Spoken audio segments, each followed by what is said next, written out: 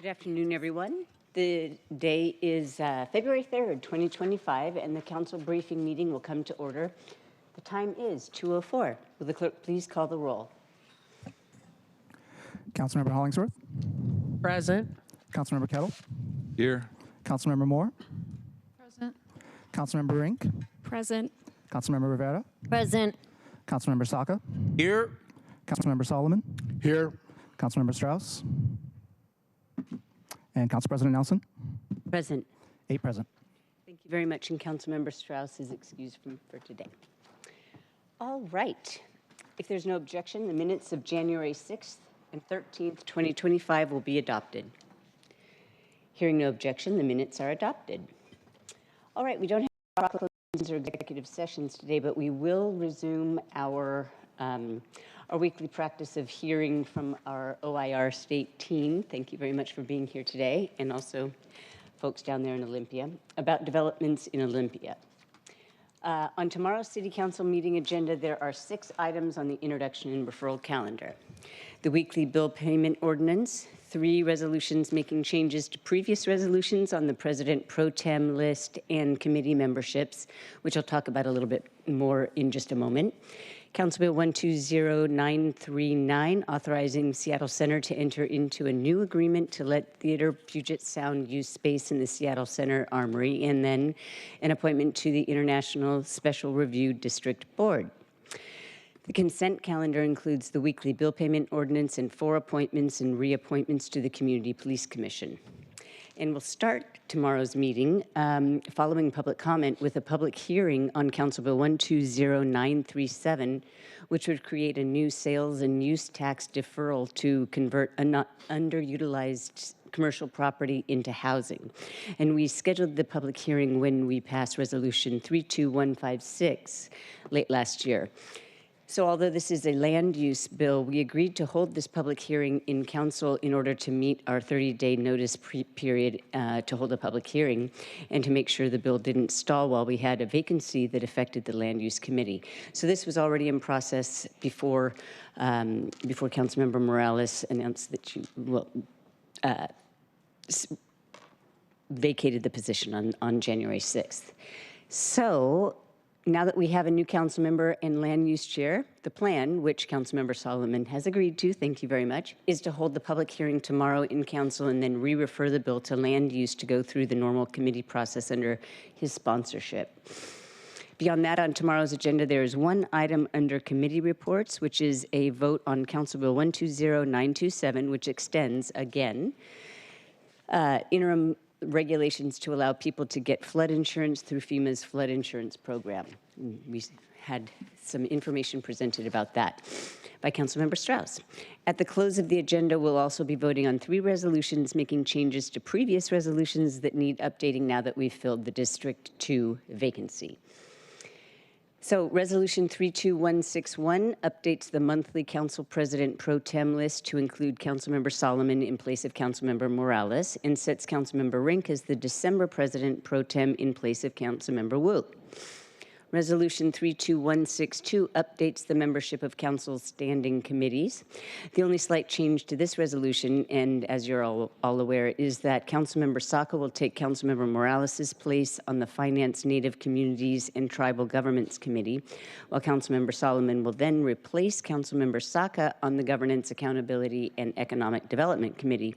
So it's basically a 1-to-1 switch.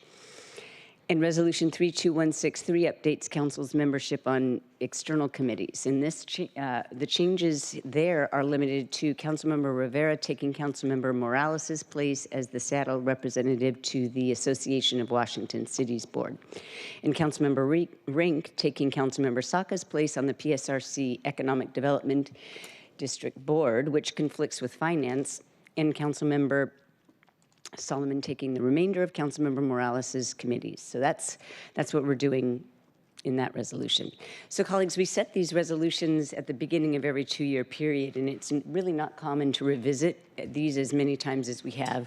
And of course, it's not common to have two vacancies necessitating these changes, but due to conflicting schedules among many internal and external committees, one change can have a ricochet effect, as you can see, on everything else, which is why I've endeavored to make as few changes as possible. And I just remember when I was first making these committee assignments, it really is quite a puzzle to make sure that external committee membership does not conflict with standing committee membership. All right, so with that, let's move on to the state legislative session agenda update. Welcome, Director Hashemi and the OIR team. Why don't you come on up to the table and introduce yourselves, and then you can get started with your presentation. Hello, good afternoon. Hello. Thank you, Council President Nelson and council members, and welcome. It's nice to see you, Council Member Solomon. I'm Mina Hashemi, Director of the Office of Intergovernmental Relations, and I'm joined by my colleagues virtually from our state relations team, Samir Janejo and Anna Johnson, who you will hear from momentarily. We are now in week 4 of the 2025 legislative session. As of last Friday, 1,442 bills have been introduced, and legislative business is moving quickly. This month, we'll see major milestones as key dates pass and as policies move through the process or die. And as you know, Seattle has a number of priorities working their way through the process, some in committee, some in rules, and some are already on their way to the other chamber. With that, I will turn it over to the team who can share an update on our priorities and what's been happening since we last briefed you. Thank you. All right, good afternoon, Council. My name is Anna Johnson. I'm the State Legislative Affairs Director for OIR. Our plan today is to first give you an update on all of our Seattle priorities, which you'll recall from the legislative agenda that we created back in December. And then the second half of the presentation, we're just going to give you an update of the major committee action that happened the first 3 weeks of session, since we haven't been able to brief you in a few weeks. We don't have time to go over all of the bills, and you'll notice in the council bulletin there is a lot of bills we're tracking. And so today we choose the bills that we bring up in this presentation, one, because they have a big impact on the city of Seattle, or they're just hot topics down in Olympia, and we want you to be aware of what's going on, what's taking up the conversation. Or they're bills that we think maybe weren't on our 2-page ledge agenda, but they have come up from many of you or from our departments as things that are important to us. So we'll start with a status report of our Seattle priorities. Starting with the public safety section, Senate Bill 5098, this bill creates a restriction for weapons in certain locations. Some of those locations are city parks where children are going to be present, our community centers, and public buildings. This bill had a hearing and has already been voted out of the policy committee, and so now it's in the Ways and Means Committee waiting for a hearing in that step. House Bill 1112, this bill is specific for Seattle Municipal Court to be able to hire our pro tem judges that give the option to us to hire those pro tem judges that reside outside of the city limits. This bill actually has already passed the entire House of Representatives with nearly unanimous success, and so now it's already making its way over to the Senate, which we'll wait and see when it gets scheduled for a hearing in the policy committee over there. House Bill 1228, this bill creates an option for us to send our toxicology evidence for DUIs to either certified or accredited labs other than the Washington State Patrol Toxicology Lab. This bill had a hearing in committee, and we're waiting for executive action on this one. Senate Bill 5060, this bill creates a law enforcement co-response, behavioral health response, and peer response grant program for local government, a $100 million grant program. This bill had a hearing in the policy committee where we signed in pro, and then this week it actually is in the Ways and Means Committee where we're also signing in pro on the record. House Bill 1428, this bill has a hearing this week. This bill increases the amount of funding that local governments receive, both counties, cities, through the state criminal justice assistance account. So this would be a new revenue source coming to the city. Senate Bill 5052, this bill had a hearing the first week of session, and we are waiting for executive action on this bill, which is scheduled for this week. This bill clarifies the law enforcement ability to question juveniles who are witnesses or victims of crimes and clarifies the youth access to counsel law. House Bill 1772 and Senate Bill 5595 are new bills that have been introduced that are awaiting committee hearings. These bills were essentially to help the City of Seattle clarify pedestrian safe systems legislation to keep folks safe in our neighborhoods. Moving on to some behavioral health bills. So the next two bills, Senate Bill 5126 and 5369, are both bills related to youth mental health and have received hearings. The first bill by Senator Nobles is OSPI request legislation establishing a statewide network for student mental and behavioral health. And that second bill by Senator Orwell and Representative Rule enhances youth mental health and well-being through training and expansion of the workforce in schools. Both bills are awaiting for committee action. On economic development and small business, House Bill 1515, sponsored by Representative Reed, is a city priority that changes some of the outdoor dining rules from the LCB and also allows walk-around alcohol service during special events at Seattle Center. That bill had a hearing in committee last week and is awaiting committee action to get it out of committee. Housing and homelessness, there's a couple of bills that were that have been introduced. One that had a hearing last week related to condo liability reform. That's House Bill 1403. It reforms some of the legal liability that condo developers have when they build condos and then face potential lawsuits for defects. And then similarly, House Bill 1516 studies insurance options for condo development.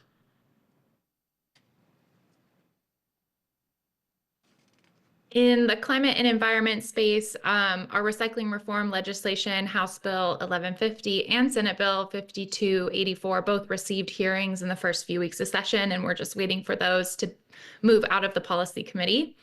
House Bill 1253, sponsored by Representative Ybarra, is a bill for Seattle City Light and other consumer-owned utilities to enter joint use agreements for energy generation, transmission, battery storage, things to help us with our energy demand coming in the future. This bill was voted out of committee and is moving on. I think it's in House rules now, ready for floor action. And then House Bill 1409, this is a new bill, also a city light request bill that is making improvements to the Clean Fuels program that we're a credit generator for through SDOT, SPU, and City Light and FAS. This bill had a hearing and is waiting for action to move it out of the committee. In terms of our priorities in the adequate funding for services in local government section, there is a House bill related to revising the property tax cap for 3% tied with inflation. This bill hasn't received a hearing yet, but it has been introduced.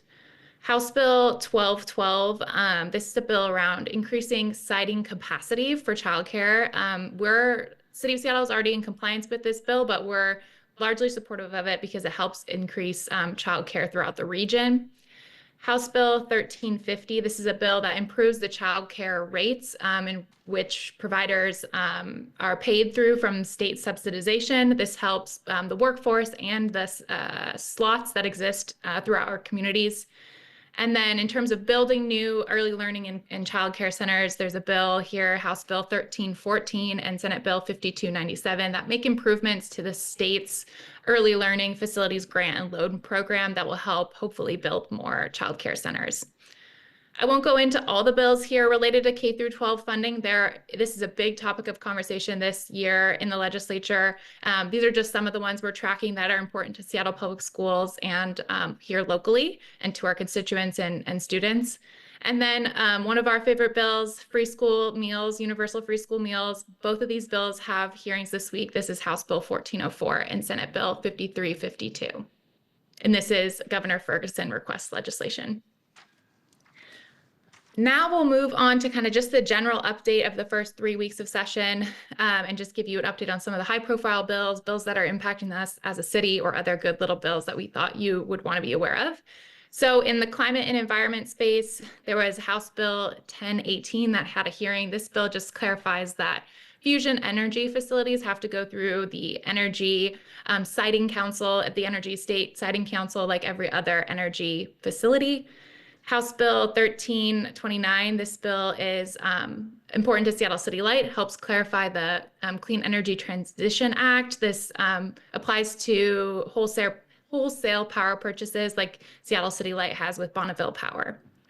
House Bill 1208 is extending a grant and expedited permitting process for salmon recovery projects.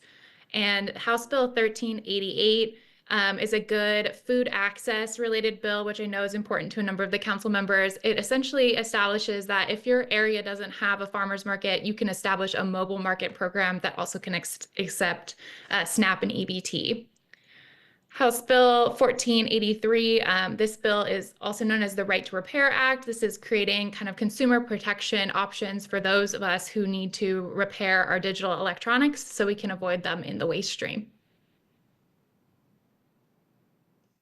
Moving on to general government, this first bill, House Bill 1256, creates a requirement for any public works projects that are receiving a certain amount of money, a certain amount of state funding, that their manufacture of certain products is manufactured in the United States. There's a similar requirement for federal projects, and this gives that to create the state requirement for those projects as well.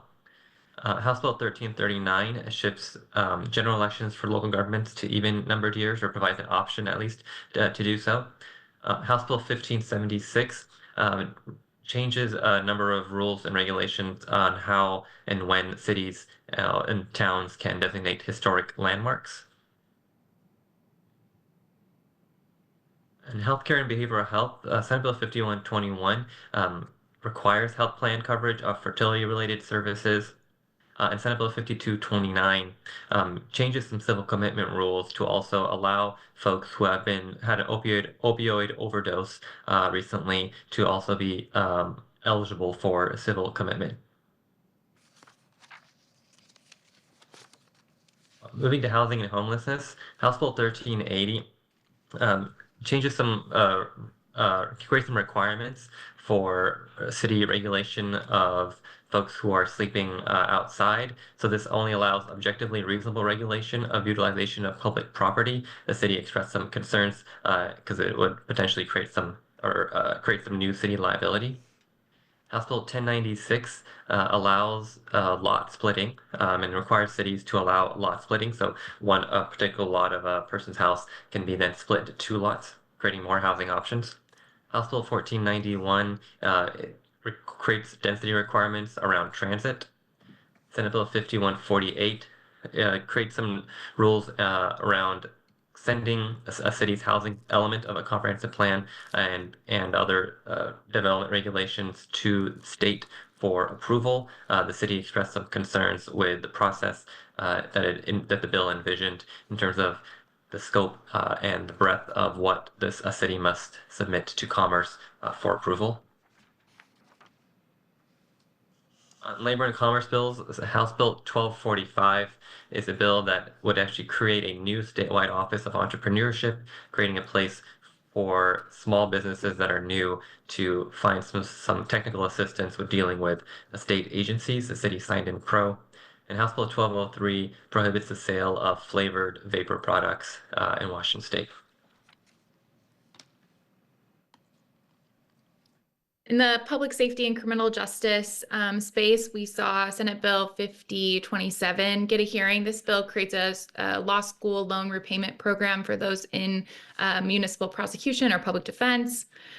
Senate Bill 5099 from Senator Lovick creates additional restrictions or additional accountability for firearm dealers, things that they have to ensure with their employees, the rules and regulation they have to follow at their kind of location and store. House Bill 1163 is the permit to purchase a firearm bill. This bill creates a permit system for those who have to go through the background check system and training and waiting period before you can purchase a firearm. And then House Bill 1132, this bill is creating bulk purchase restrictions for both firearms and ammunition. House Bill 1152, this bill creates more requirements for firearm storage, both within your vehicle and within your house, and creates a civil penalty for those who improperly store their firearm. House Bill 1423 is a bill that establishes vehicle noise camera authorization for local government. So this is another type of automated enforcement camera that detects vehicle noise. And the city signed in pro on that one. And then just one good kind of human services bill that we were tracking in the first couple of weeks, House Bill 1263 from Representative Cortez, and then also the Senate companion had a hearing. This bill is DSHS request legislation, and it approves the Housing and Essential Needs program that they administer. Makes it easier for seniors who are transitioning from Social Security to ensure that they still have their benefits, and also makes the HEN benefits eligible to use just for general cash assistance for things that these folks need. Transportation, I know Anna just mentioned 1423, city signed in pro. And then House Bill 1240 concerns vehicle impoundments. So this is vehicle impoundments of vehicles that are also residences. So it creates some procedures and requirements for when and how anyone can tow, including a city, can tow a vehicle residence. And the city did express some concern with that bill. And that's our recap of what happened. Here's some bills that we're watching this week related to the crime victim services. There's free school meals bill that we just mentioned earlier, and then some child care qualification bill, and then the Washington 13 free guarantee bill. Again, these are bills that we'll cover at future presentations in more detail. And that is our presentation. Happy to answer any questions. Thank you very much. I have a general question, and then I'll open the floor for my colleagues, and then I might have some more specifics. But I just wanted to, when you present this information, I really appreciate that now we have a shorter legislative agenda so that we can identify which section of our legislative agenda the individual bills come in. So I really like that part. Should we assume, or should I assume, that if the bills are not under the Seattle priorities update, and are rather in weeks 1 through 3, that, well, why are they separate, I guess is what I would say, because there are some healthcare and behavioral health that you mentioned and some public safety bills that you mentioned in the 1 to 3 week update that were not under the priorities. And so I'm just trying to get a sense of, when I read this going forward, what should I take away from that separation? And then also, final question is that, should we assume that on the under the priorities update, for example, public and behavioral health, did you sign in pro for all of them or testify in favor? Because you mentioned that in a couple of them, but not others. And so I'm just wondering if that was just, what should we assume if you don't mention that you have expressed the city's position?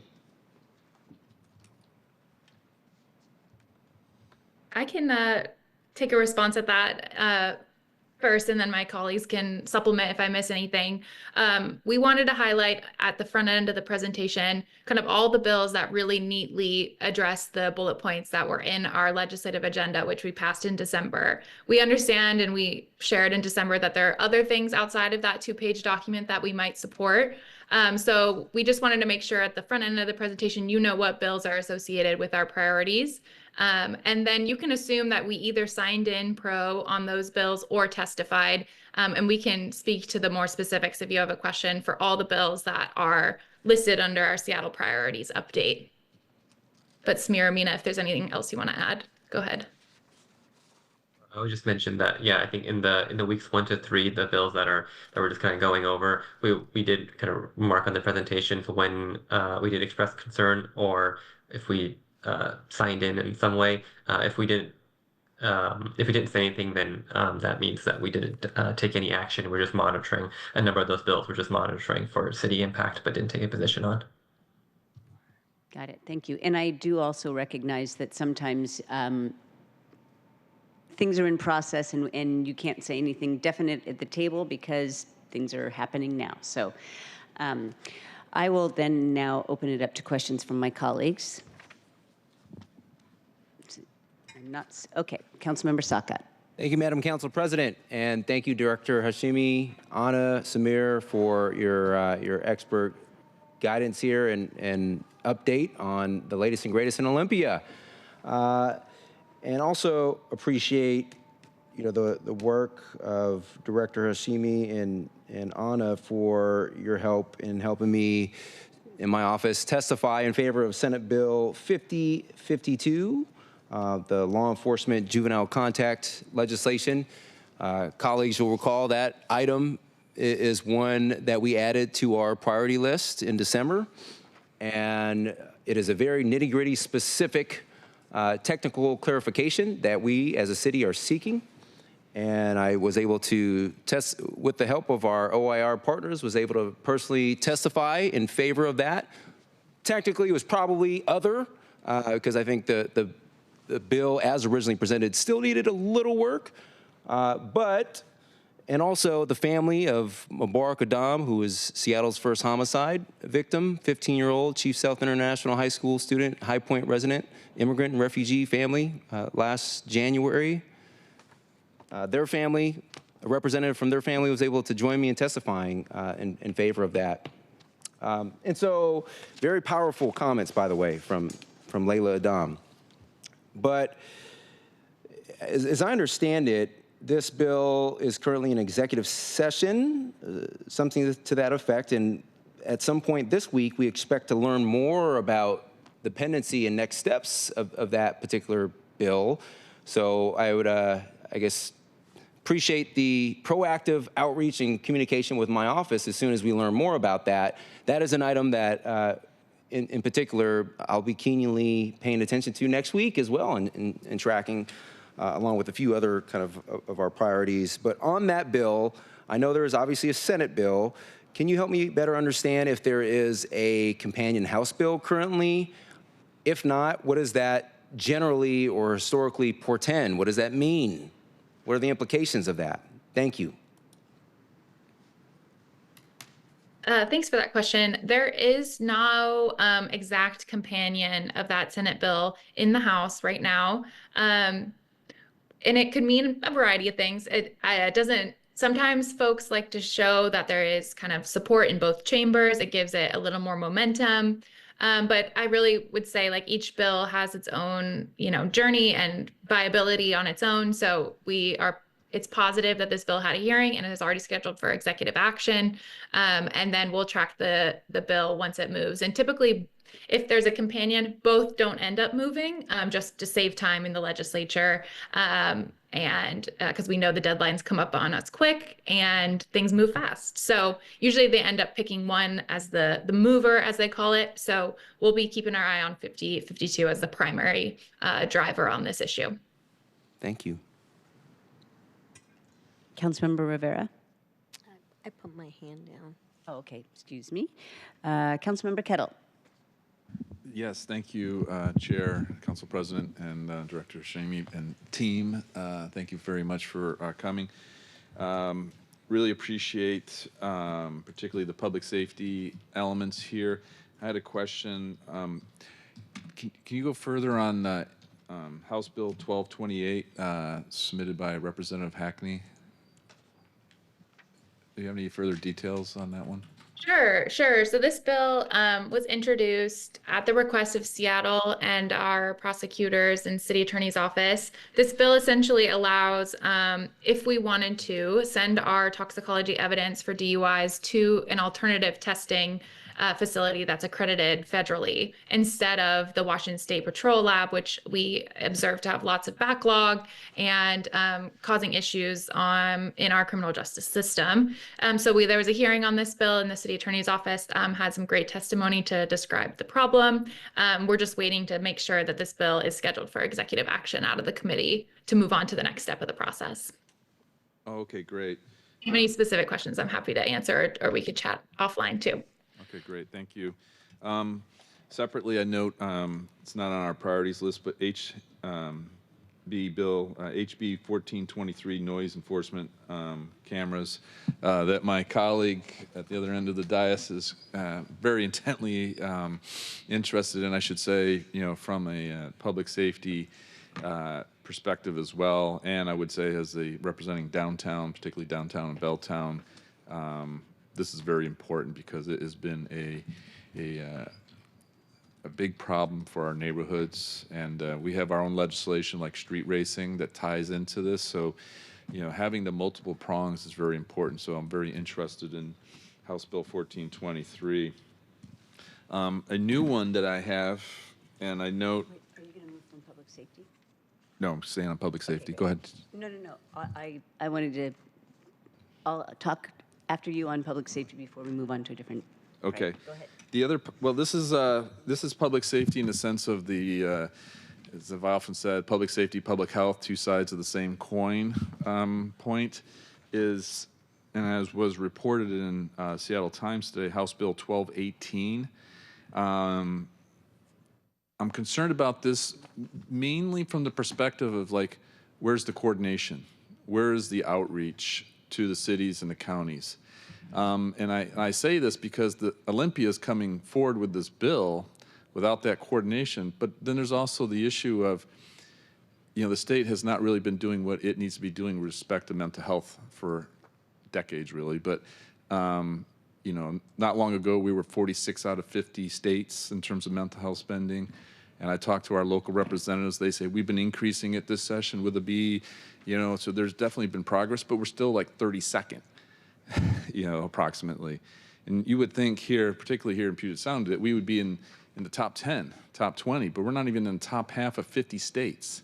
So the state is not doing its job as respect to mental health, but then they're coming in with this bill that could essentially upset that apple cart. It's like, oh, we're not doing our job, but we're going to restrict you, or we're not going to allow you to do, in terms of the quota bit, to participate. And there's a lot of second and third order effects to this that impact public safety. And this is something that really should be engaging with the cities. This is, a great topic of discussion, but they seem to be running ahead without the city and county coordination, from my view. And I was just wondering if you had anything to add regarding 1218, House Bill 1218. Thank you, Councilmember Kettle. Appreciate the question. I will look to my team, who's probably more familiar with the actual legislation than I am. But we do appreciate your guidance here and your sort of feedback. And we'll see if my team has the latest on the outreach to the cities. But regardless, we can come back to you next week with more or follow up offline as well. Yeah, I'll just share, Councilmember Kettle. This bill had a hearing the first week of session, and there was a resounding amount of feedback in that hearing, including from the Association of Counties and Association of Cities. This bill has not been scheduled for executive action. It hasn't moved out of committee, which you can probably conjure is because there's a lot of kind of disagreement on how this would work and the different types of compromises and negotiations that would need to go on between all of the groups that are involved. This is DSHS request legislation, and it is related to the state's ongoing requirements with the True Blood lawsuit. So more to come, but I think the bill was introduced and I would expect maybe changes if it is going to move forward in the process, and we can keep you updated. Thank you. I appreciate that. And as I turn it back to the chair, I would also say House Bill 1339 should be a priority, and we should be maintaining our odd number elections. But with that little note thrown in, I'll pass it back to Council President for Public Safety. Well, I was going to move on to Councilmember Moore if you have any other items. Okay, Councilmember Moore. Thank you, Chair. And thank you, Lana and Samir. I had a question about three bills, HB 1165 and HB 1214. So one is relating to expanding access to the property tax exemption program for seniors, people retired due to disability, and veterans with disabilities. And the other was expanding eligibility for the Working Families Tax Credit. Those seem like really important bills that the city should be behind, and I'm wondering if we're taking a position or what's happening with those. I can start with the Working Families Tax Credit bill. That bill, I think, has a hearing this week, and we will be supporting that one. 1165. I'll have to get back to you on that. I think we're trying to get more information as to get more information from the reviews from the city before we decide next steps, but we can keep you in the loop on that.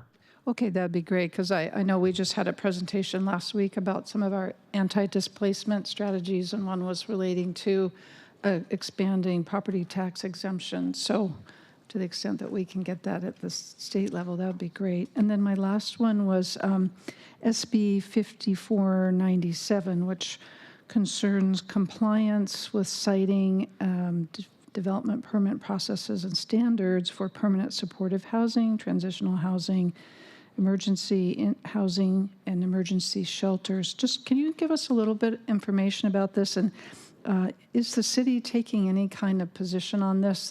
To me, this is a critical issue that we need to be looking at when we're doing our comp plan analysis. This is a bill that was first dropped last year and has been reintroduced this year. That we did take a close look at. We don't have a position on the bill. I know a lot of other cities do have pretty strong opposition to the bill. We don't have a position. I understand there's a number of the city has some similar citing rules that this bill proposes within the city, so it seemed to have less of an impact on us than some other cities. But I think so. That's kind of where we're at right now. I know the bill is moving forward, and we'll see as it changes. We'll kind of monitoring it to see what kind of impact it has as it changes throughout the process. Okay, well, is this something that you can maybe talk to me about offline? And the city perhaps should perhaps take a position?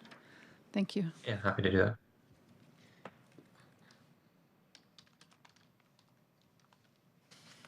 I'm looking for the number, so one moment, please. Let's see.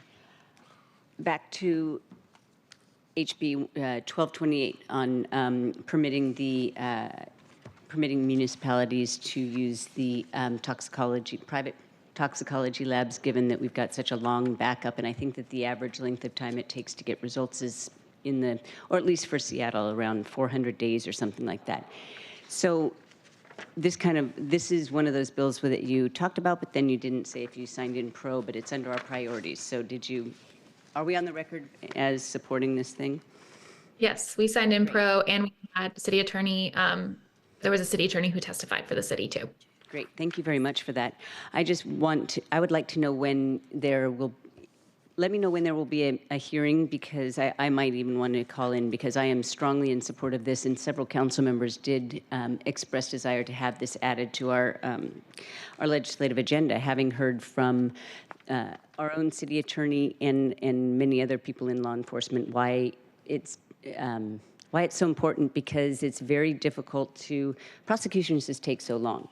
And it's because we're waiting for the results of toxicology labs. In Washington State, the increase in road fatalities rose 94% in the last 10 years. And this is something that the public is very focused on as well, is why is it so difficult to get people who might have had previous, not necessarily convictions, but they might have had run-ins, or they might have gotten one citation for potentially DUI driving, and then they get another one in the meantime. But the point is that this is an option that would go a long way toward making sure that we can process these these stops a lot more quickly. And even if I understand there's talk about a pilot project that would apply to only a few cities, then at least if Seattle, if all of our samples or tests are taken out of the queue, that would open up room and speed for the other jurisdictions of the other municipalities. So really hope that this moves forward with a lot of support from the cities in the state. And I understand that the Let's see, the Washington Association of Prosecuting Attorneys has weighed in neutral. That surprises me, but in any case, this would make for safer roads. So just a plug for that. Let's see, and then the other question I had, if I'm not mistaken, House Bill 1018 is about allowing for fusion facilities to get licensed. That is consistent with what has been stated in the past as a desire to make it a little bit easier to do some research and development in that alternative energy field. Is that correct? Can you just tell me a little bit more about that bill, please? Yeah, correct. So that bill is essentially making sure fusion energy facilities go through the Energy Facility Siting Council, and that's consistent with other energy sources within that have to have siting review by the state. It's the state agency that oversees those facilities. So just bringing consistency to all types of energy sources. And right now, though, currently, what kind of process do they go through? I feel like it's unclear, and so I can get you more detail of kind of what's going on the ground right now. Okay. My final comment is, with all due respect to the sponsors of 1339, if you've never run for local office, people might not realize how difficult it is to find, for example,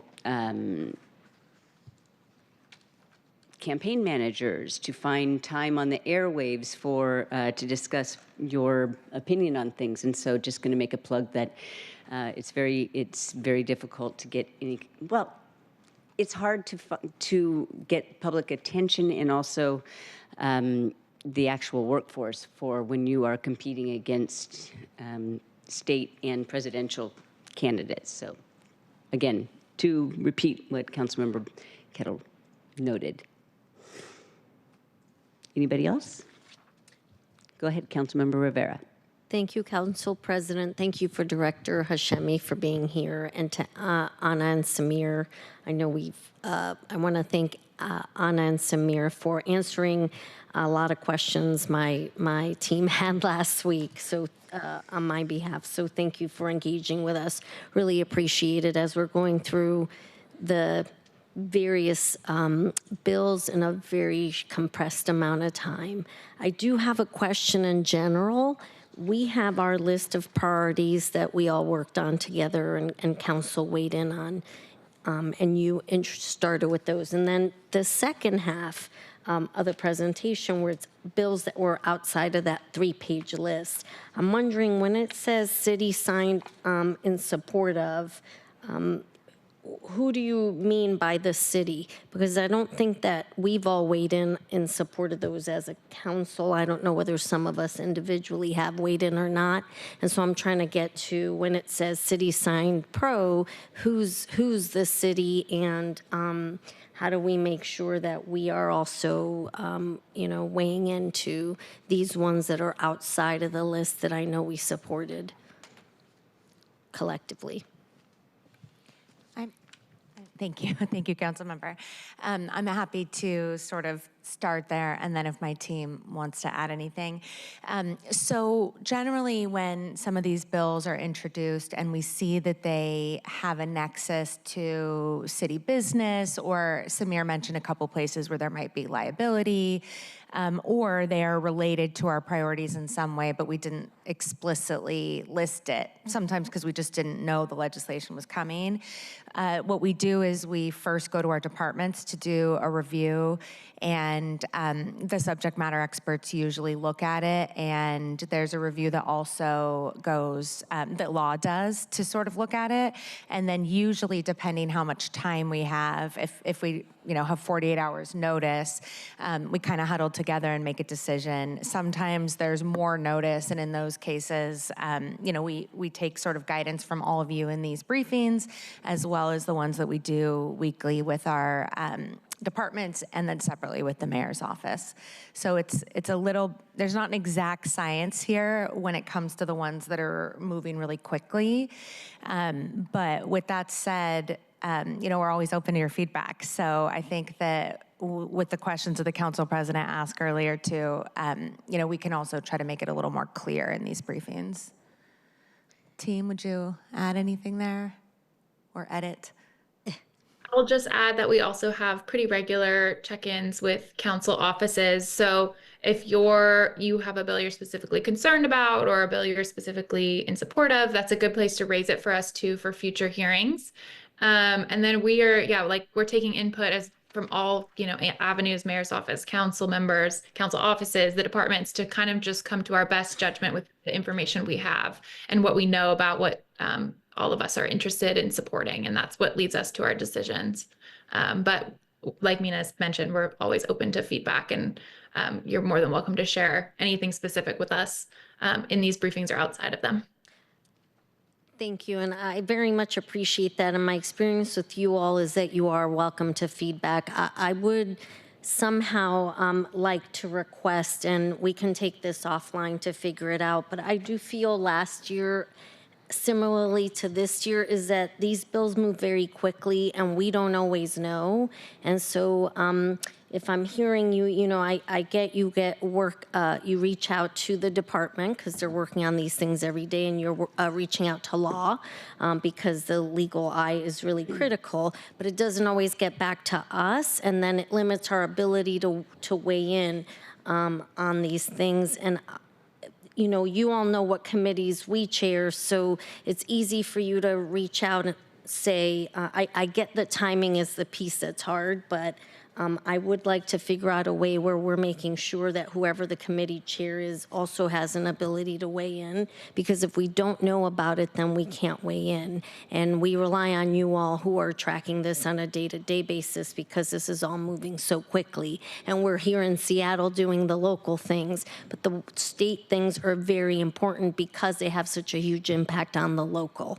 And so I would love to figure out with you all, and Director, you're new, so from last year anyway, and so would love to figure out how we can better work together to make sure that council isn't missing something that we really would want to have weighed in on the front end, and not feel like, oh, I didn't know that's where that was, or it's so far along, or that we didn't have an ability to weigh in.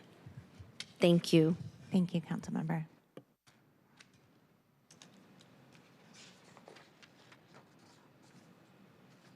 Is that a new hand there, Councilmember Kettle? No. Okay, or a still hand, okay.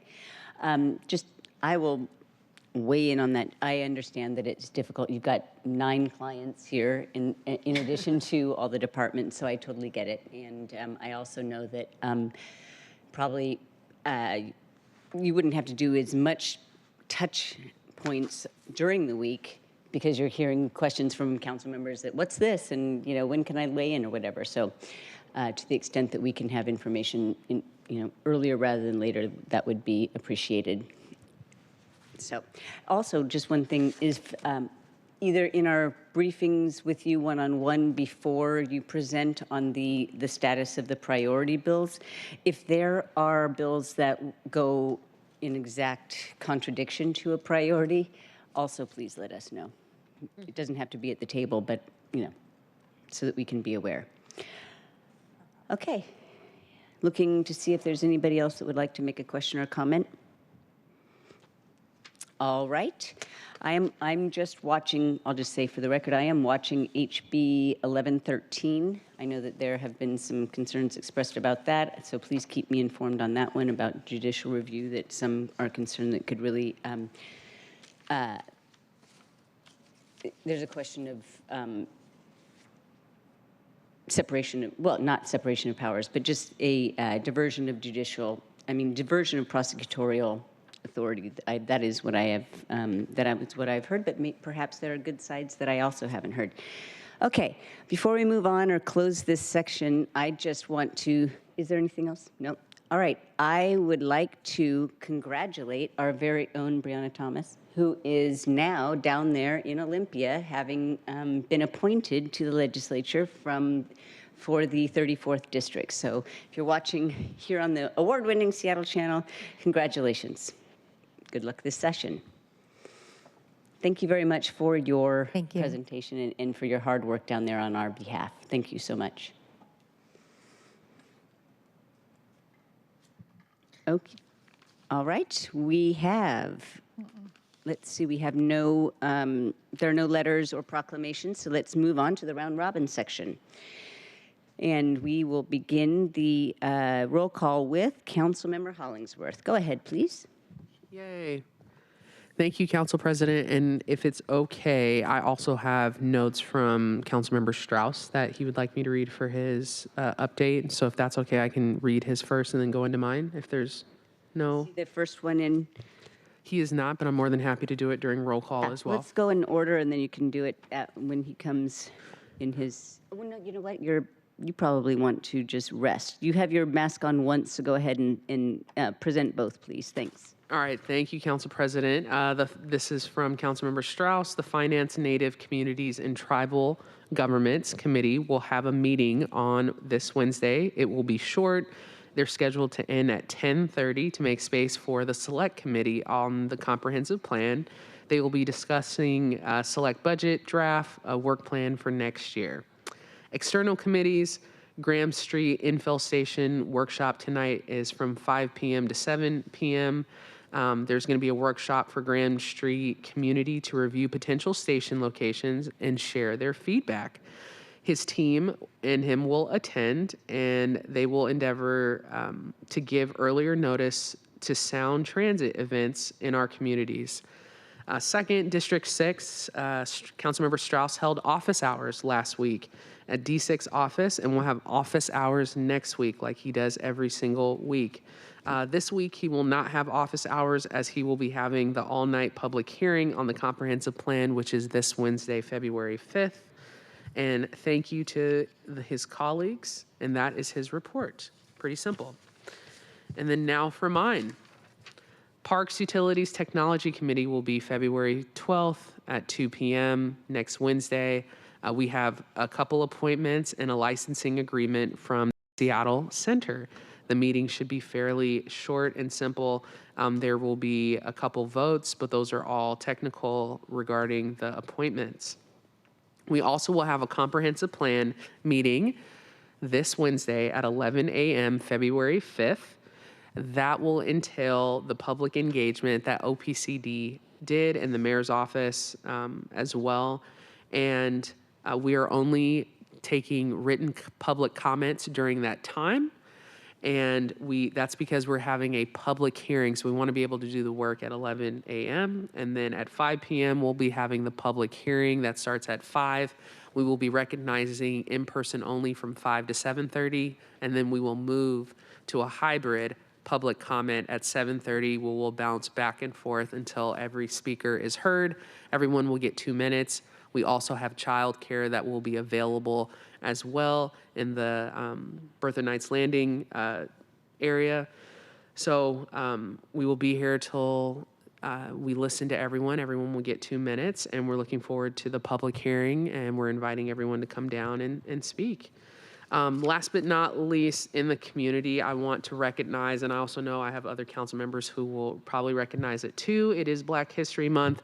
Black History Month is American history. And in Seattle, we will always celebrate Black History Month no matter what is going on. There have been phenomenal contributions by African Americans here in Seattle that have contributed amount of opportunities for folks. And a lot of people ask sometimes, they hear Black history is political stuff always, but that's because it's always been political. We've always been striving for civil rights and for equal opportunity. And so that's why I think it's important to know your history, to know your greatness.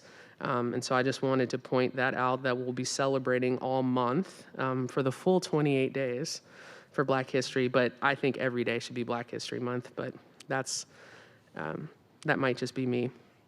I think my colleagues agree as well. Also, yes. Thank you.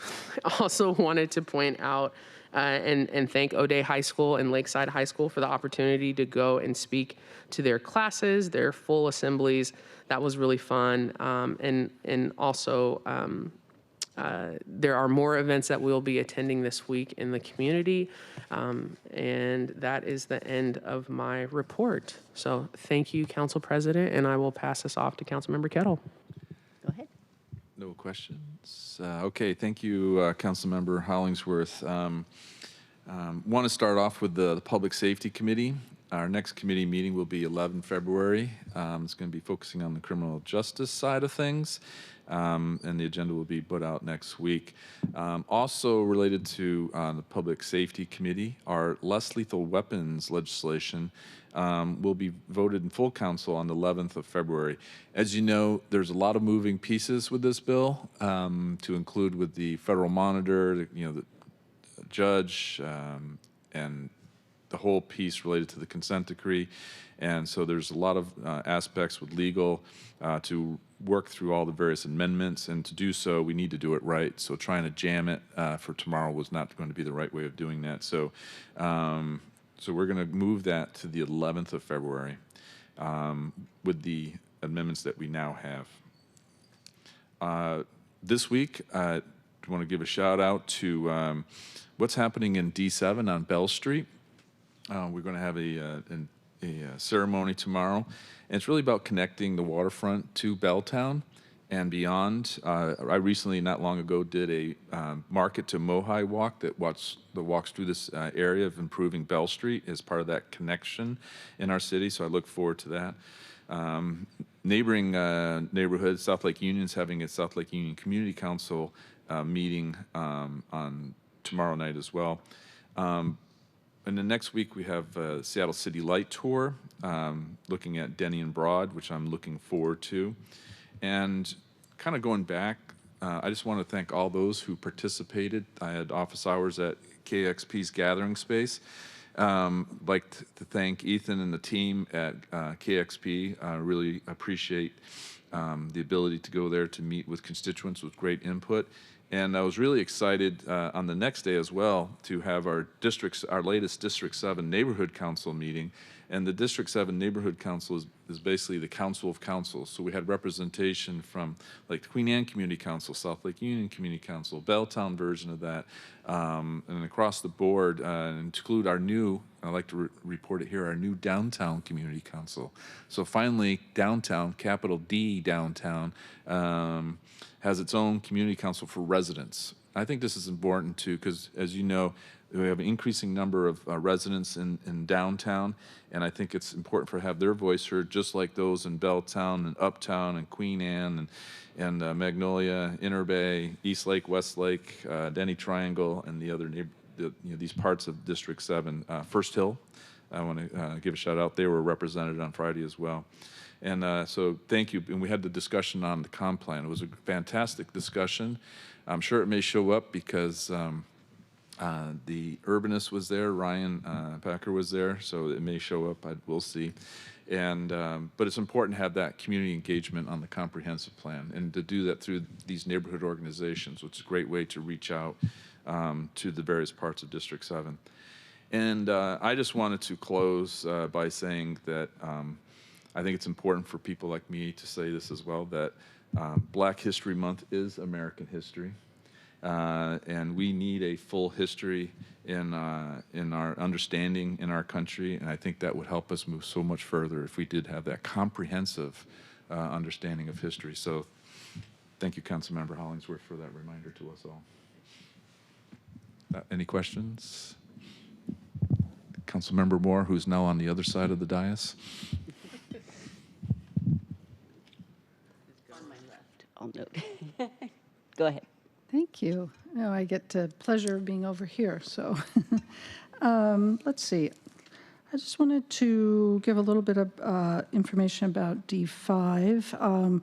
So I wanted to, I know many of you are familiar with the sort of rash and escalating gun violence that we had happening along Aurora, largely related to commercial sexual exploitation and just the lucrativeness of that trade. And I wanted to point out that SPD has done phenomenal work over the past month and has made a number of very important and high-profile arrests, and I wanted to call them out for their extraordinary investigative work, both in making an arrest in the Maserati shooting, also making an arrest in the Dodge Durango shooting, which was a shooting amongst pimps up and down Aurora where people were taking cover. And then our most recent arrests were 9 individuals who were engaged in loitering and purchasing of commercial sex were recently arrested. So we are, SPD, even though they are under-resourced, are making a valiant effort to really address the human misery and the brazen gun violence that is putting all of our residents and businesses at imminent risk. They're doing a great job. So thank you to SPD for that. Continue to want to support their efforts.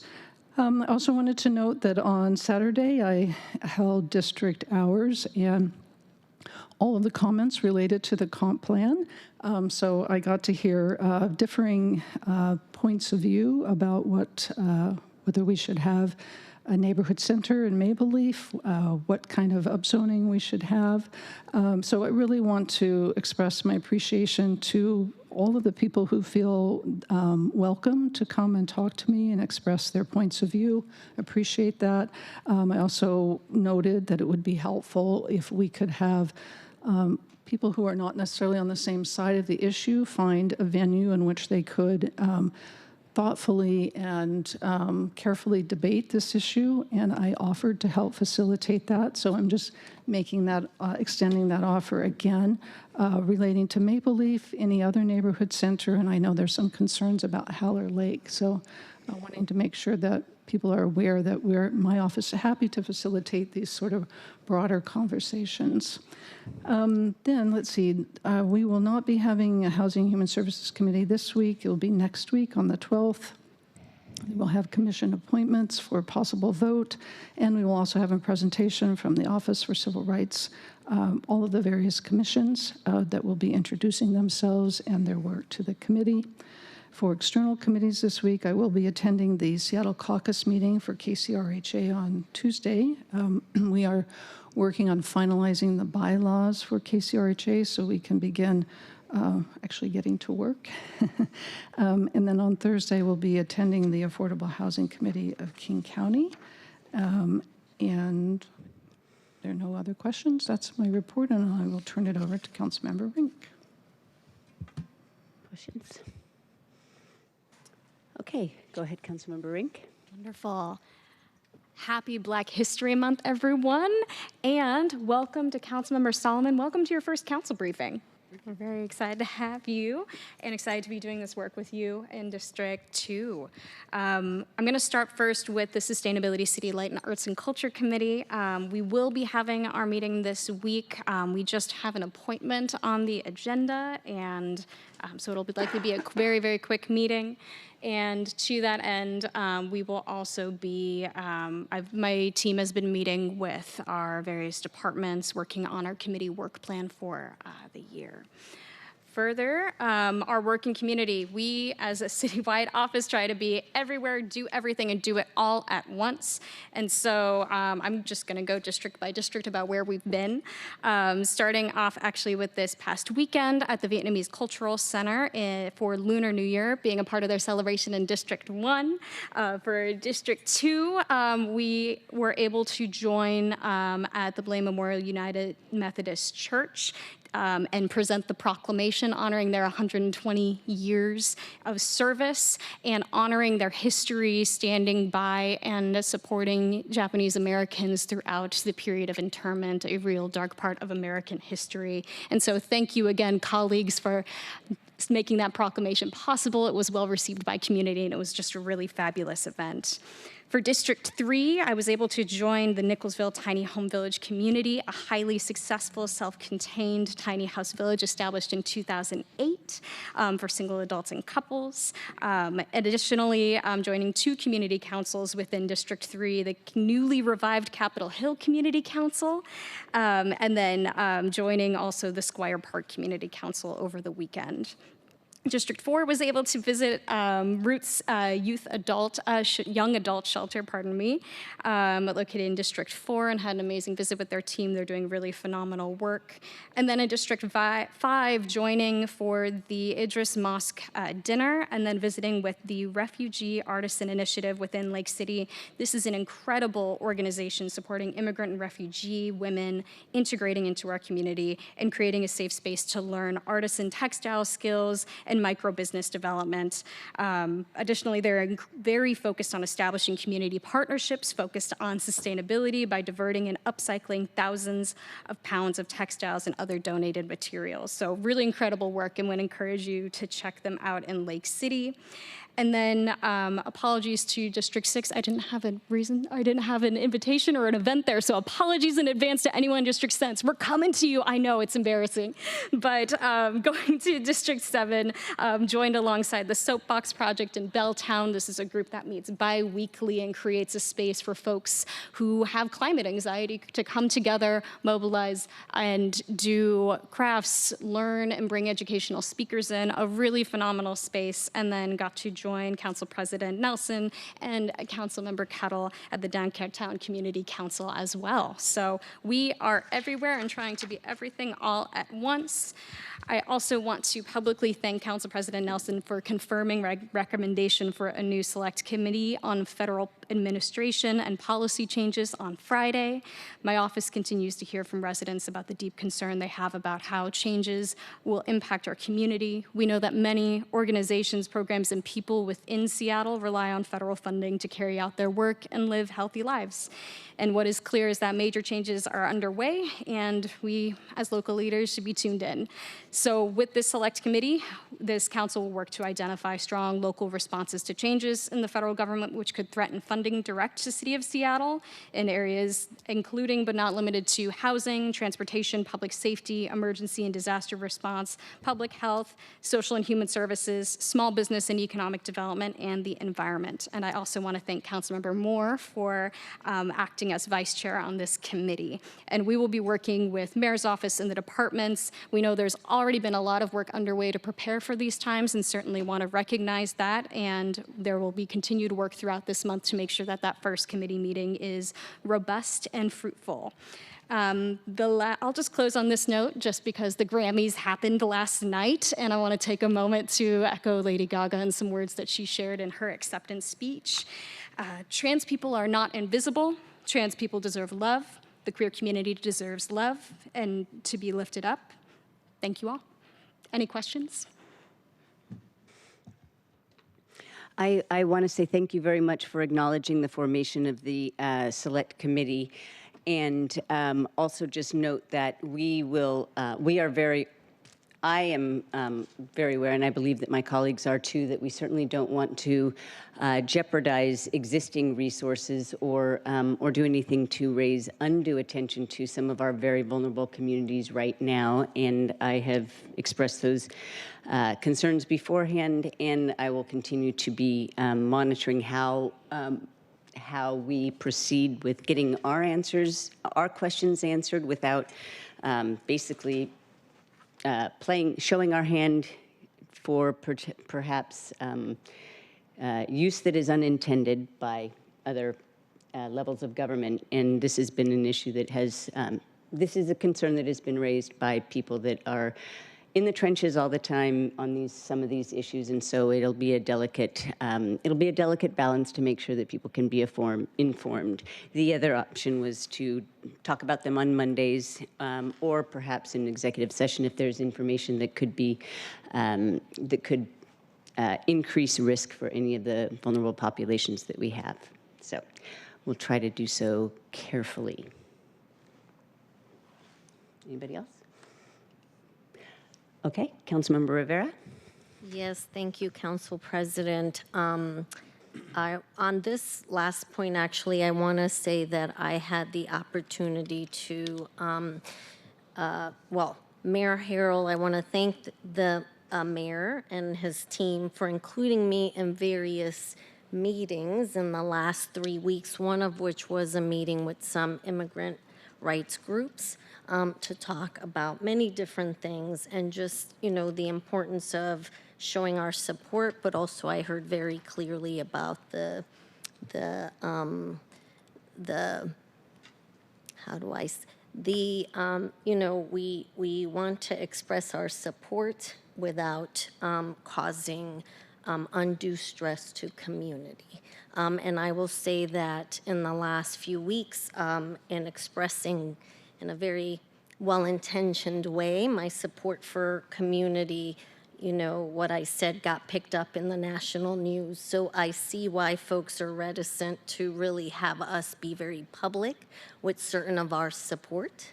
And so I appreciate, Council President, your remarks, because I think we are all supportive, and then we also know that as people that have the attention broadly, not just in the city, but nationally sometimes, in our best efforts to support and want to be supportive, sometimes there are unintended consequences. So I appreciate you being mindful of balancing those two things to make sure that we are supporting and also, protecting the folks that we serve here in Seattle. So wanted to say that. The other things I got invited to with the mayor in the last couple of weeks that I very much appreciate is last week he had an event. I got sick and couldn't attend the day of the event, but there was an announcement you may have seen on the youth mental health investments. It was announcing the recipients of the $7 million investment. It will provide both in-person and telehealth mental health services for students. You all know about these initiatives as this was part of our budget process, but I wanted to say that those recipients were announced. And the thing of note here, and to remind us all, is that one important piece of this is to ensure this particular investment ensures that students have access to folks that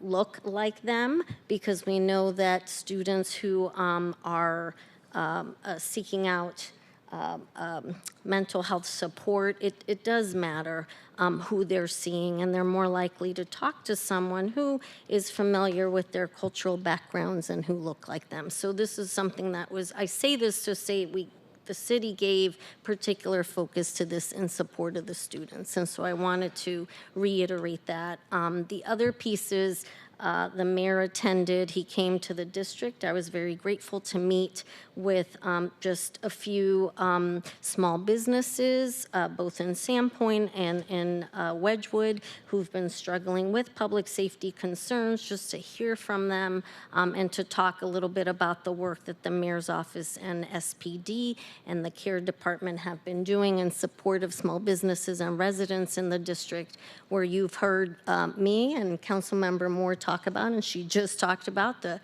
public safety concerns in both her district and mine, the districts that we represent. And I will say that last week I also had a meeting with Care Chief Amy Barden to talk about care expansion on the north end. I learned that as of 2 weeks ago, there is a MOU that was signed with the UW PD to have, for CARE to have an office there where they'll have 2 of their folks stationed there to do a lot of work. Particularly, it's not a surprise that in the U district there are a lot of folks that have needs, and hopefully CARE will be able to then work from the district there directly in the district to help service some of these folks that have mental health and substance abuse needs. And then they'll also be operating out of the North Precinct. So that is has started, and I was very happy to hear. I was not aware until I met with her last week, so I was happy to hear that got going. And then also wanted to say that last week I met with SDOT, as probably you all have met as well, but wanted to say it for folks watching that we're talking about the SDOT levy delivery plan. Councilmember Saka, you may talk about this perhaps when you do your report out, but wanted to say that SDOT reached out to me as well as they're trying to figure out, and they're seeking input on how to administer that district-specific investment. And so I was glad to hear that they're doing outreach to all of us on that particular investment that you were the lead on, Councilmember Saka, and I very much appreciate, because I know we all hear, I know I hear from my constituents as well about a lot of transportation needs in the district, and it's really good that we have this particular investment that is specific to each of our districts, and that our constituents in the districts have a hand in identifying projects for use of those funds. So glad that I was able to have that conversation with SDOT on that. Appreciated them reaching out. And then the last thing I'll say, I mean, seems like there's been a lot for me in the last couple of weeks, but the last thing I'll talk about is related to immigration. I did have a meeting with Director Hamdi Mohammed with OIRA. As you know, OIRA sits in the committee that I chair for us here at the council. She let me know, she and I are in ongoing communications, as I've reported in the past. She let me know that OIRA hosted a session for providers on how to support community members who have had concerns and have had questions. You'll be happy to, well, this is not a happy thing, but there were 1,000 attendees that attended that meeting that OIRA put together. I think the good part about that is that people are reaching out. So I guess that's why I say it in terms of you would be happy to know people are reaching out, because that's what we want, obviously. And so OIRA had this session, and also OIRA was able to share other resources for these providers. There'll be other webinars and trainings by other community organizations such as Northwest Immigrant Rights Project, and OIRA was able to share other resources, including there is a hotline that the Washington Immigrant Solidarity Network sponsors, where folks can call with any requests for information, any legal concerns, to just get information or to share concerns. This hotline is staffed from Monday through Friday from 6 a.m. to 6 p.m., and they have interpretation services in 300 languages. So I say this to say that there is a lot happening in this space, and as you've heard me say this before, but Director Mohammed is quite very much not just in the middle of it, she's just very proactive in her work. And I say this to assure you that I said this before, she has my confidence and continues to have my confidence, and we will be in continued communication, and we will, on Mondays, I will give an update that I get from Director Mohammed as we get going. If there are any updates to share, I will share them then. Right now, it's, the need is for information, and that is the need that Director Mohammed and her team, and shout out to her team at OIRA, is filling at the moment. And then it doesn't just stop there. She's continuing to work with our partners at the county and the state level and all the external community-based organizations as we get going here on how to provide information and how to best identify supports in community. So open to, if you have questions, please see me after our meeting, and I am definitely happy to provide more information and take your feedback for that matter so that I can give that back to Director Mohammed. Thank you. Thank you very much for that. I have a question. Didn't you have a visit with the mayor in your district with the businesses last week? Yes, that's Can you sorry. tell a little bit more about that? Yes, sorry. That's what I was saying earlier. He came to the district. I attended. It was with small businesses in Wedgwood and also in Sandpoint Way. And it was to get feedback from the small businesses and just talk in general about the public safety pieces and give information about the hiring and retention of police officers, seeing what ways the North Precinct can continue to support those businesses. We introduced the new North Precinct Captain, George Davison. As we all know, our beloved Lori Agard is now gotten a promotion at SPD, and so now we have a new captain, George Davison, whom I've met with and will be continuing to meet with. He was there as well, as was our new deputy chief, Yvonne Underwood, and that's also, I actually met with the deputy chief this morning, and I'm just grateful for her being there and grateful that Chief Rahr selected both Deputy Chief Underwood now and Lori Agard for promotions in the department. Very well deserved.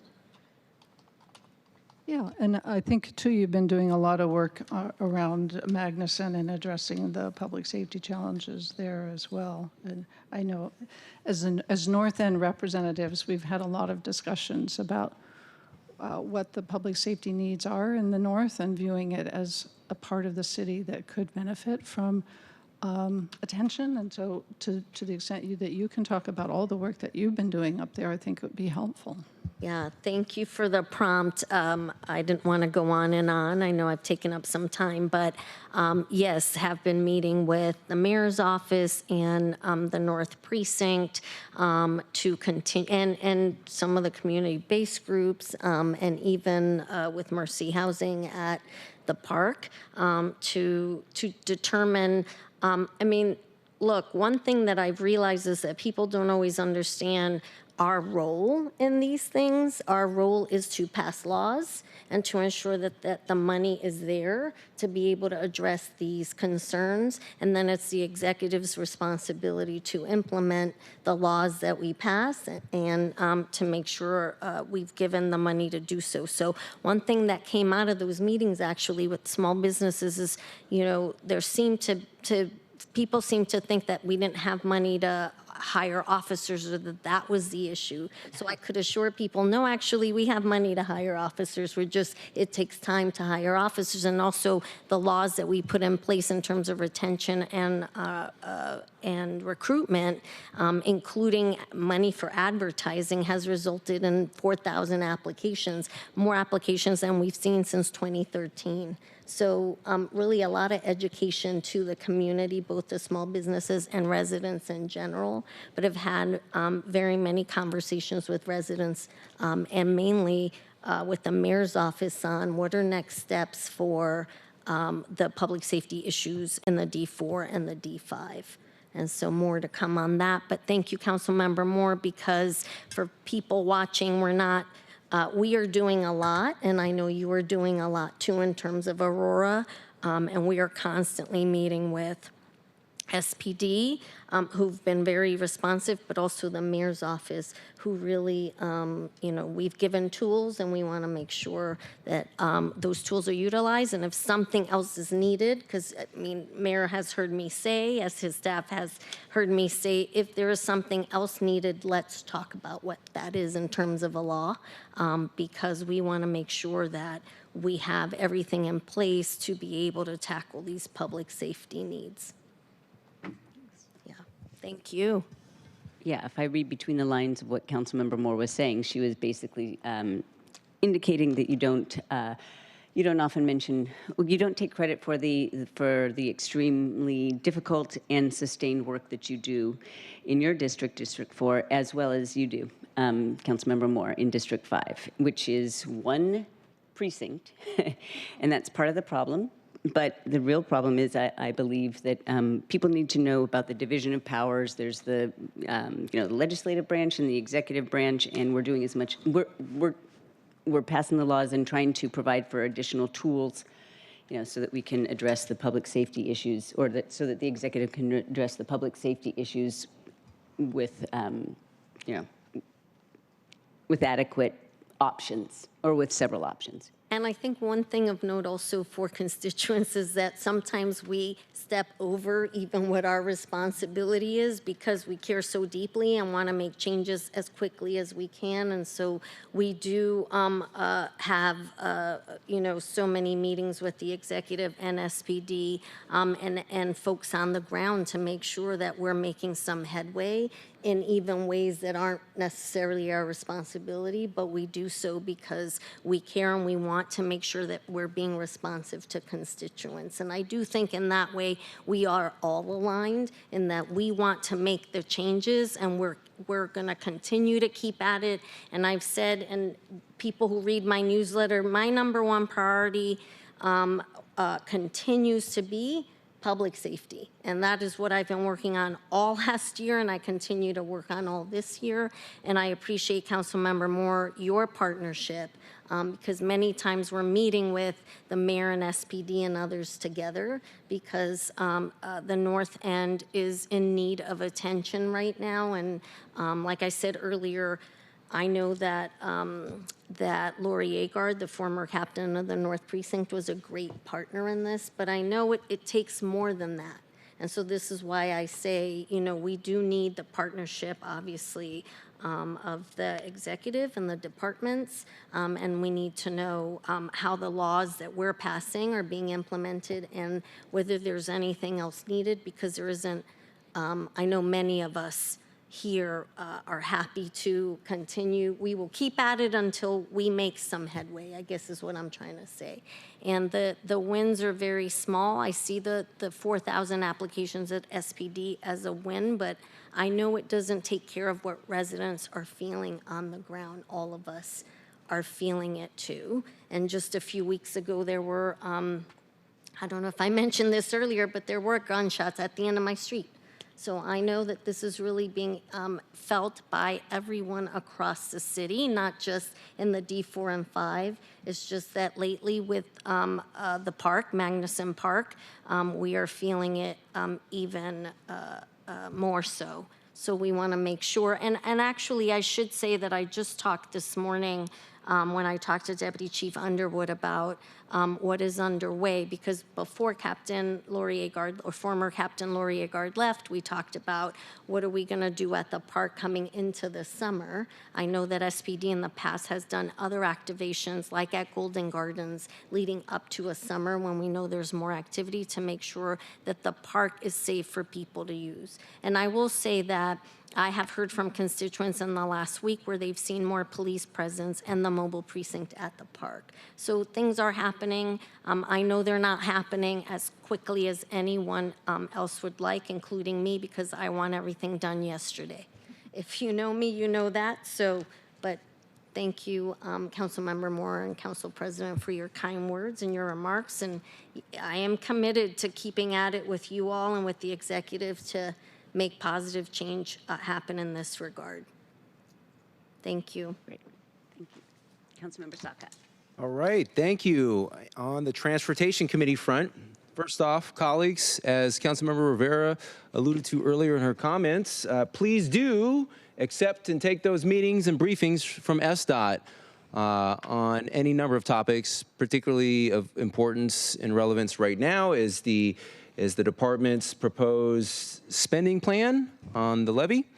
I want to applaud the department for making great efforts to reset relations with this floor and going into great detail with each individual one of us, or giving us the opportunity to go into great detail about their proposed spending plans and trying to be a little more collaborative, which I really appreciate. So colleagues, please do your part and accept those meetings and briefings with SDOT.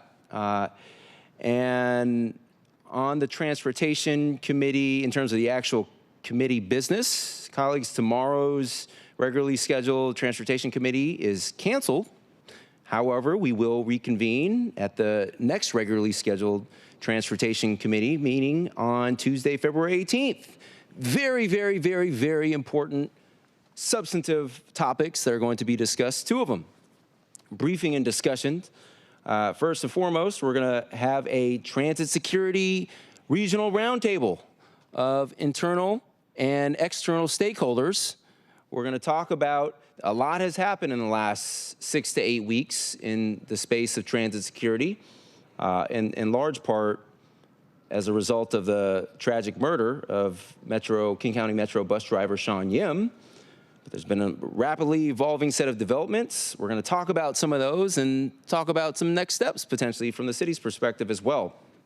Great group of stakeholders, internally and externally, from King County Metro, the city, Invited Sound Transit, as well as members from ATU Local 587 and the DSA as well. Proud that King County Metro CEO Allison has graciously agreed to join our soon-to-be new SDOT or interim SDOT Director Emery, Chief Public Safety Officer Walton, amongst others. So it'll be a great panel for us to align and talk about some of the shared opportunity that we have, and again align on the work that's been done over the last 6 to 8 weeks in particular.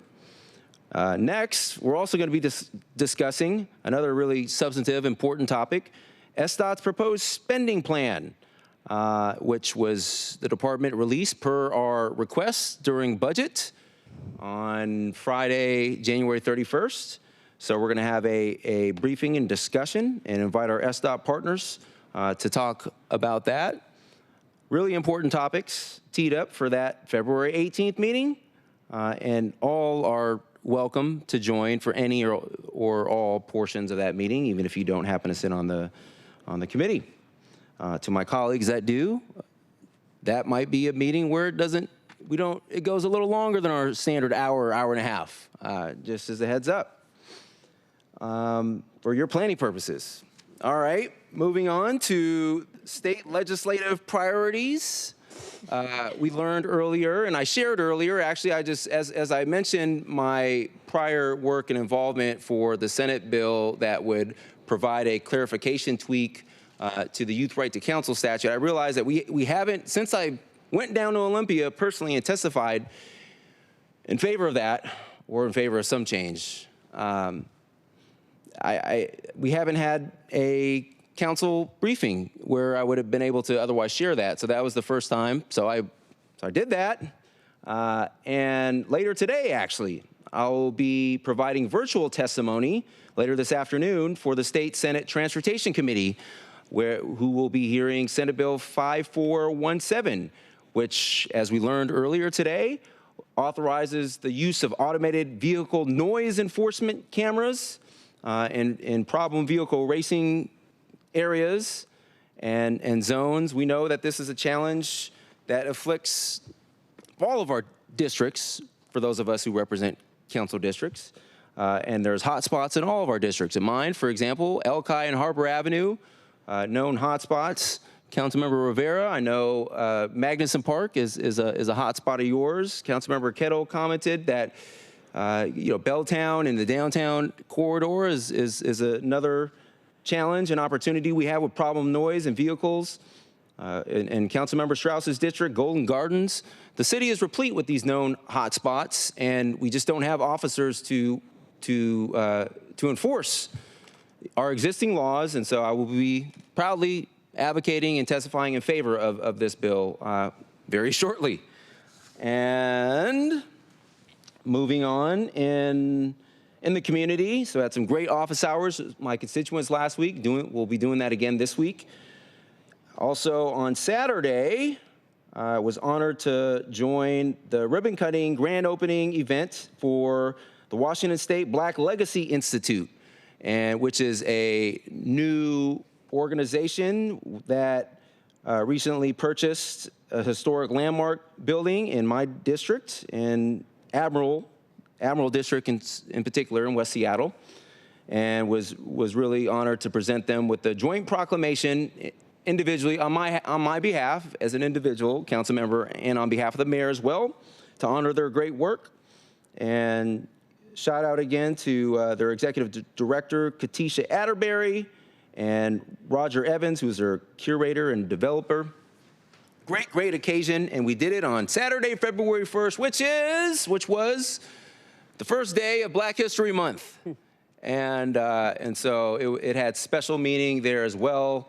And I said there, I'll say here as well that, you know, amid all that's going on nationally, efforts to politicize things that shouldn't be political, particularly with respects to our terrific diversity, equity, and inclusion efforts, when people are trying to deprioritize DEI, devalue it, defund it, and de-emphasize it, we in the city of Seattle, certainly from my perspective, are going to continue to uplift and amplify our DEI efforts, because at its core, all it is it's about celebrating tremendously rich culture that we have, and also, two, acknowledging a fairly complex history that we have.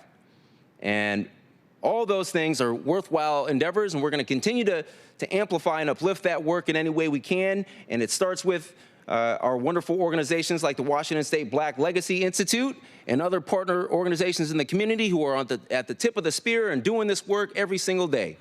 And so, great event.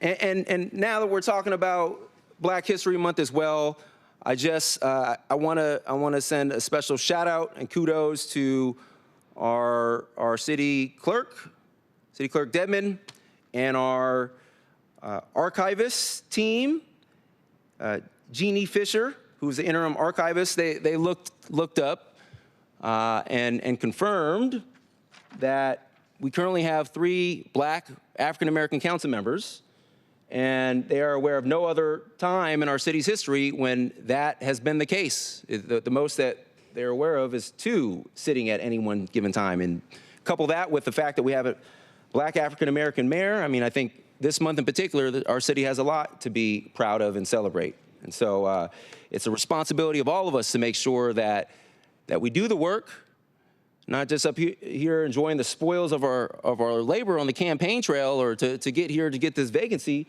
but to do the work that we can make sure that more people are able to achieve their true potential in life and serve at this dais or otherwise. So in any event, that is all I have, colleagues. A lot of exciting stuff going on. I welcome any questions or comments from any of you all, and if not, I will pass it on to Councilmember Solomon. Thank you very much. So in terms of committee works and you know, what's going on the calendar, as I have been drinking from the fire hydrant, I do have staff that, you know, were onboarded today, so, you know, that's a good thing. So including my onboarding, staff has been onboarded today. I'll have a 4th person be joining me on Thursday, so I will definitely have a full team. Again, my intent is to hit the ground running. We don't have, you know, we have a limited amount of time, and there's a lot I want to get done, so having a full team is going to allow me to do that. So with that, due to, you know, coming on board, the regular scheduled meeting for the Land Use Committee that would have been on the 5th will not happen, because again, I need to have staff to be able to do these things, so hopefully you're okay with that. There are some things I do have coming up.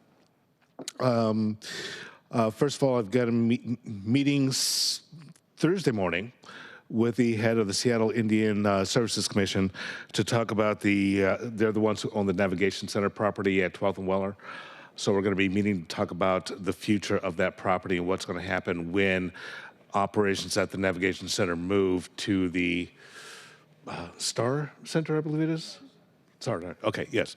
Following that, I'll be meeting with representatives from the CID, BIA, and Friends of Little Saigon in the International District, again, to, you know, as I made clear in seeking this appointment, I was going to prioritize Little Saigon as an issue, and I'm following up with that now. And I'll also be reaching out to the West Precinct Command staff about what they have going on, as well as the in-house teams at SPD, the community liaison as well as the crime prevention coordinator, regarding their efforts and seeing where are their supports that our office can lend to them. In terms of other upcoming things, I'm trying to flesh out my schedule with what the committee meetings are, standing council meetings, as well as the continued onboarding, so that I can figure out where we can fit in office hours in district, and identifying where in district we're going to be and when. Again, looking at rotating around to different places throughout, so it's easy for people to be able to access me. One of the things I definitely want to do is get some community meetings scheduled with the Office of Planning and Community Development regarding the anti-displacement strategies that they already have in place, to make sure that people in community know about those kind of things and can take advantage of them. There will be a meeting on February 11th of the South Precinct Advisory Council. I intend to be at that. That's going to be held at New Holly Gathering Hall at 6:30. On February the 18th, I will be at the Lakewood Seward Park Community Club for a community meeting with that folks. And I think next Thursday, you and I, Councilmember Rink, are going to jump in a car and drive the district and just see what we can see. Let's see.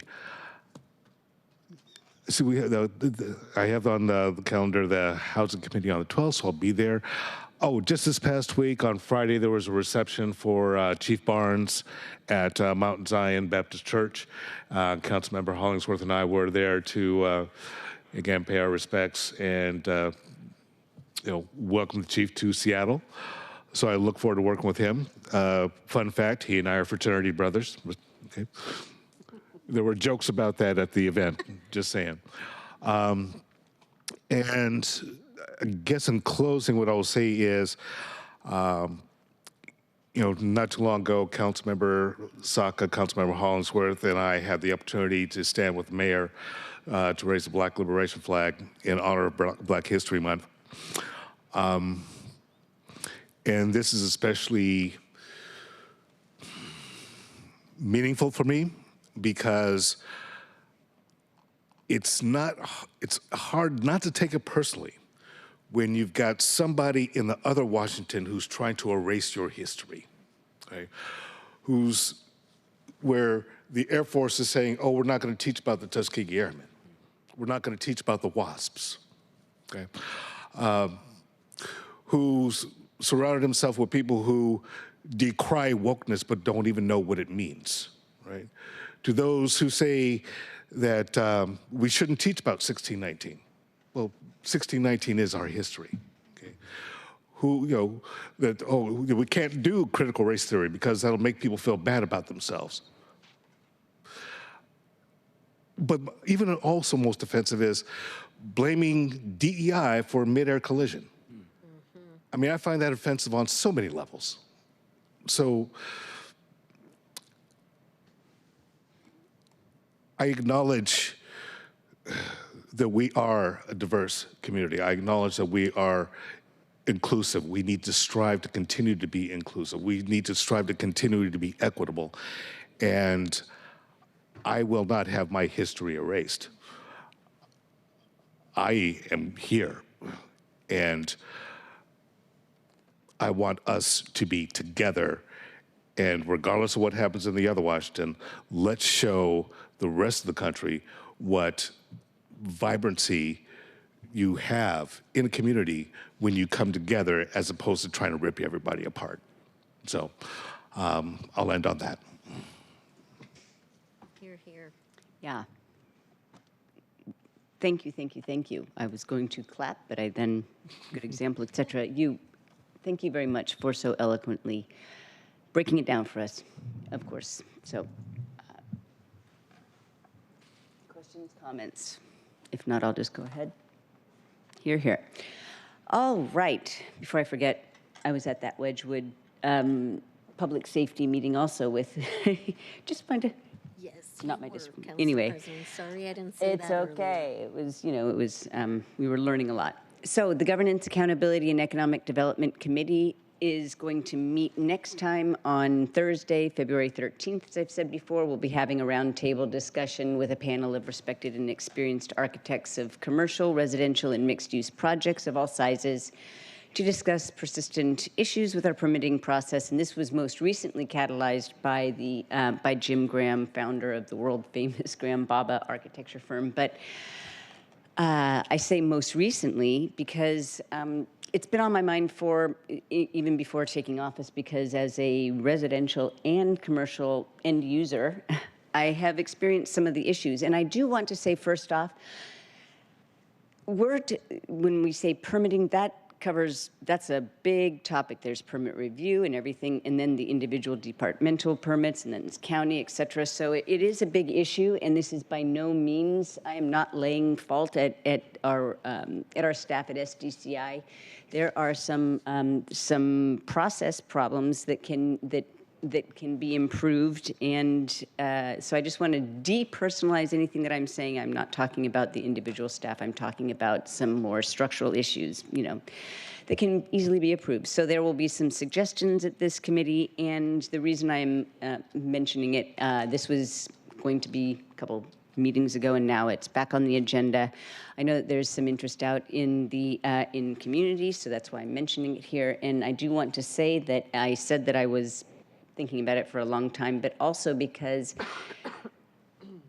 it is, after crime, the most frequent complaint I hear from small business owners, when it comes to how to start and grow and a business and ensure that it thrives. So crime, permitting, and that is before, surprisingly, or maybe not, lack of access to capital, and sometimes the difficulty finding affordable commercial space, which is difficult, I will note. The point is, it's a big issue, and it's an economic development issue, and so that is why we're talking about it in my committee, and that is why also Don Blakeney will be one of the participants. He is the director of the University District Partnership, and he is going to be, he will contribute the perspective and experiences of small businesses themselves. All right, so that'll be a fun thing, an interesting conversation. More presenters will be announced. All right, I'm going to make this quick. I joined Councilmember Saka last Thursday for the Center of Homeland Defense and Security Active Shooter Tabletop Exercise. It's always good to be prepared. Thank you very much for I believe it was the Mayor's Office that organized this training that was attended by people that need to know what to do when if that disaster strikes, and then there's some good general knowledge that can be applied in terms of communications when any crisis or emergency happens. So thank you very much for that, and that was in partnership with FEMA. All right, last Saturday at the invitation, not 2 days ago, but last week, at the invitation of Councilmember Moore, I joined other public officials, including King County Prosecutor Mannion, City Attorney Davison, King County Councilmember Dembowski, and several. Oh, and Councilmember Rink, thank you. Yep, sorry about that. And several members of law enforcement agencies at a dinner, of course, that was already mentioned at the Washington Islamic Center at Idris Mosque in Northgate. And it was really, they used to have, and I thank Councilmember Moore because she was named the host of the event, and she was in charge of encouraging local electeds to attend, because these dinners had been going on regularly before the pandemic, and it was a way to just have more familiarity between the people in agencies and at various levels of government and the people of this community. And it was really interesting to hear the history and just really, to take part in a scheduled dinner with amazing food from, where was the food from? El Turco? No. Okay.